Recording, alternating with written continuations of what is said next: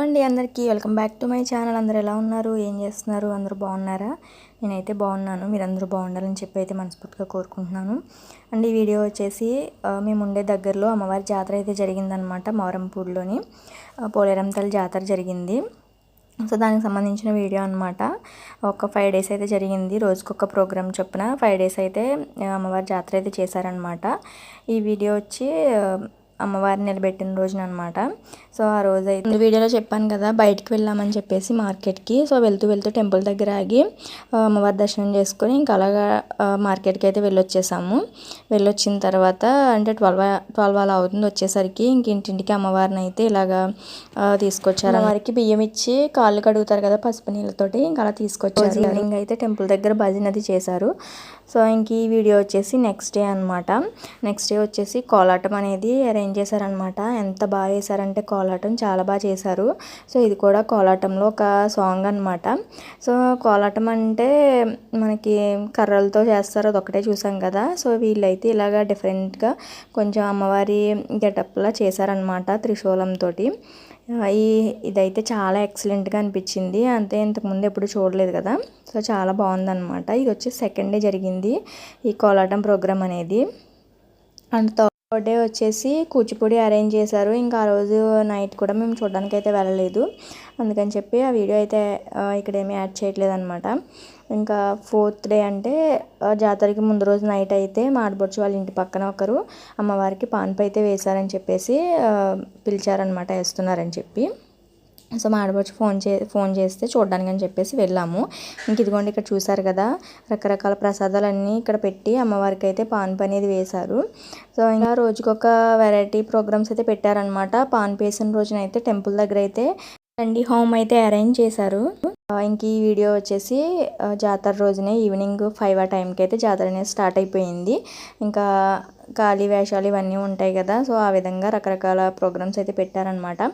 Last year కూడా నేను video అయితే పోస్ట్ చేశాను, మీరందరూ చూసే ఉంటారు. చూడకపోతే నేను లింక్ అయితే డిస్క్రిప్షన్లో ఇస్తాను, ఒకసారి చెక్ చేయండి. అప్పుడు కూడా చాలా ప్రోగ్రామ్స్ అయితే పెట్టారనమాట.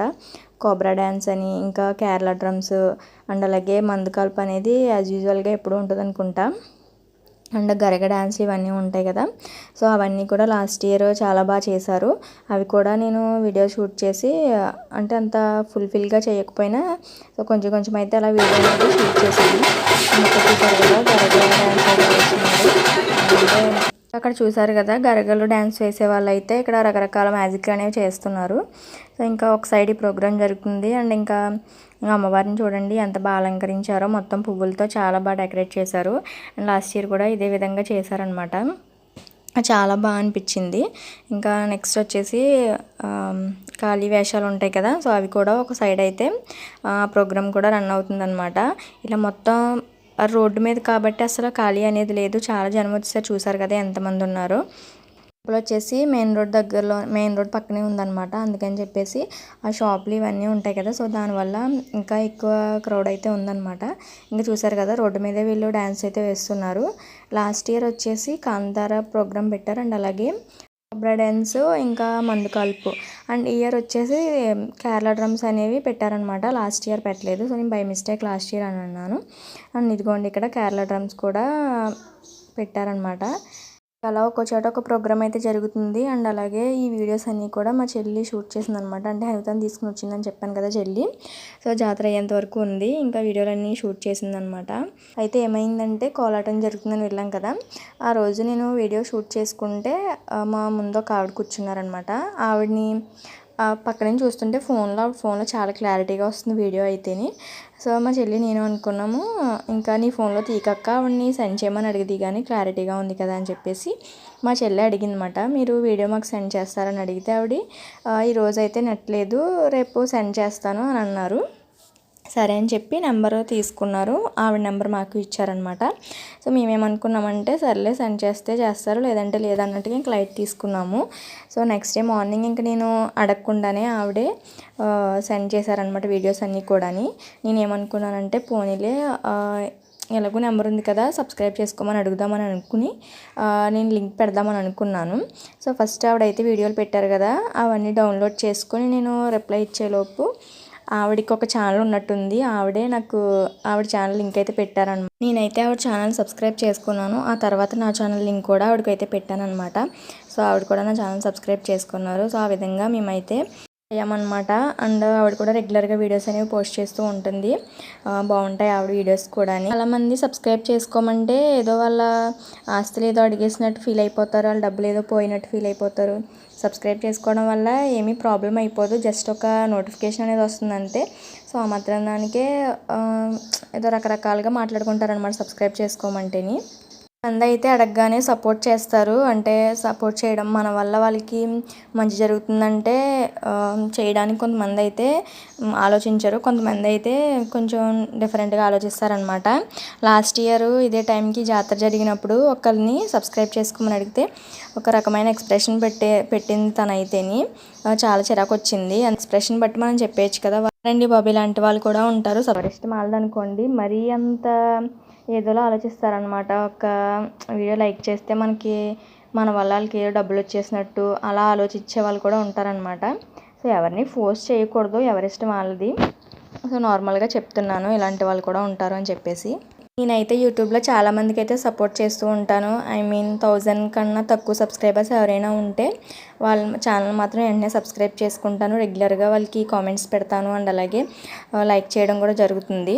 అంటే మన వల్ల వాళ్ళకి కొంచెం హెల్ప్ అవుతుంది కదా అన్న ఉద్దేశంతో నేనైతే ఆలోచిస్తాను. సో అలా చాలామంది అయితే ఆలోచించరు. దాని గురించి నేనైతే చెప్తున్నాను ఇక్కడ. ఇంకా చూసారు కదా జాతర అయితే ఏ విధంగా జరుగుతుంది ఏంటి అనేది.